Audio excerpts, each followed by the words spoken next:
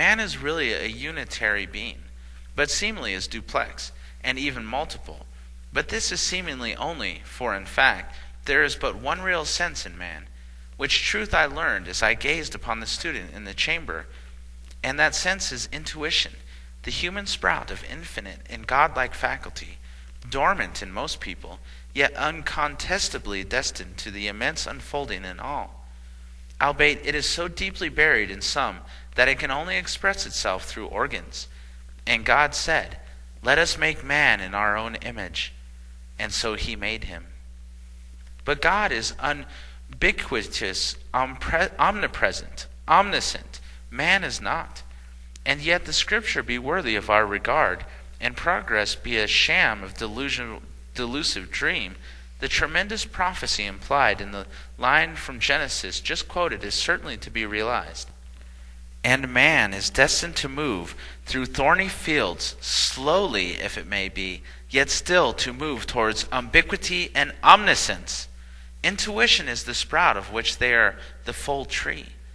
True, man shall never reach absolute godhood, yet ever will he move towards it. If this be so, says the caviller, and God be stationary and not an advancing being, there must come a time, even through when many a yet unborn eternity shall groan hoary with age. Still there must come a time when man will overtake deity, and there can no longer be God. Spacious this very. Why? Because God, though not a progressive being, as we understand it, yet is infinite, and man must ever be finite. God's omniscience is not the word proclaims it, all-knowing, but man shall be much-knowing. He is forced to approach perfection in straight lines, and when he shall have attained immense power in any given direction, there will still be forever germinating new faculties, before the untold millions of which there shall be an infinite stretch, a limitless field, an endless road. God also is kaleidoscopic. Supposing it were possible for a man to reach the point of greatness which deity is today, yet one exertion of his volition, and lo, he presents a new aspect of wondering souls of infinitude, more marvelous than before, and reveals points which will place a new infinity between man and their attainability. And so, for all epochs yet to be, epochs whereof eternities, as we understand them, shall only count as moments in the everlasting year. Death is but an awakening, and there are two myriads of these. All this I knew and felt. All these mighty foreshadowings flowed into my soul, as, with clarified intellect and spirit bowed down with awe, I stood gazing at the man with the chamber.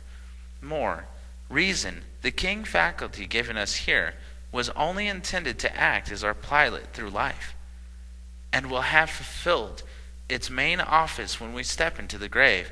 But very soon after we step out of it, on the other side, the union of the senses begins to take place, and the sense, whose elements are the senses, comes into play, the all-absorbing intuition.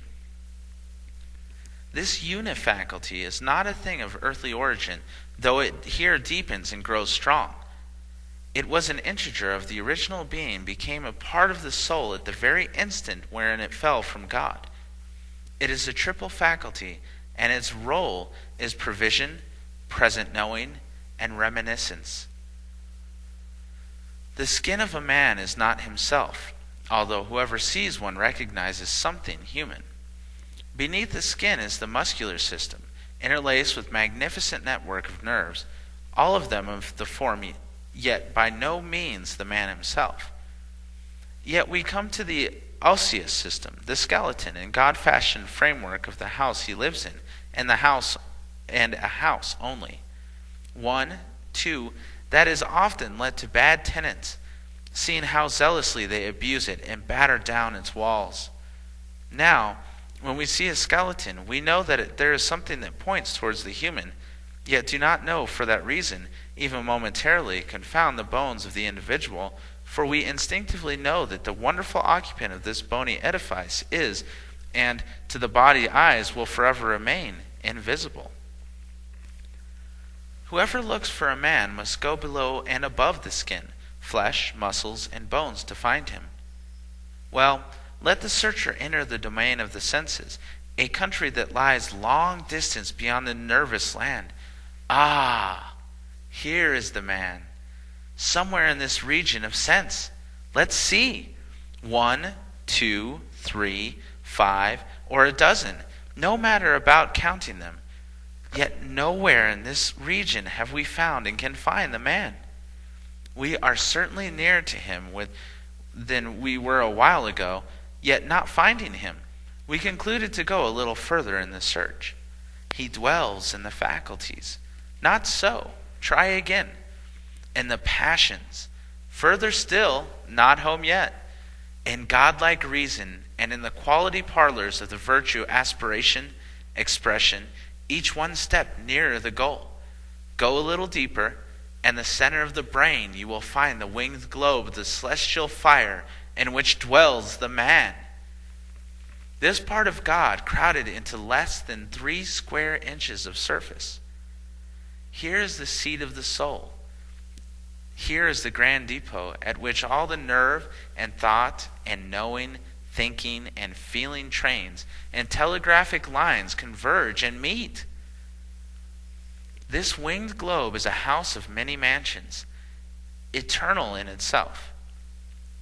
And the principal parlor in the grandest palace of them all is devoted to the peerless power, intuition. Born in man, it often lies perdu or latent till the final passage. The nerve bursts into full activity at once, save in very rare instances, as in the case of those wonderful genii, Newton, Laplace, and men of that order, and even in these it is only partially active. It requires peculiar conditions for its expansion, just as reasoning and other faculties require time and exercise. The soul is really a divine monad, a particle to speak, of the divine brain, a celestial coruscation of the eternal heart. And for that reason, the eternal existence, immortality,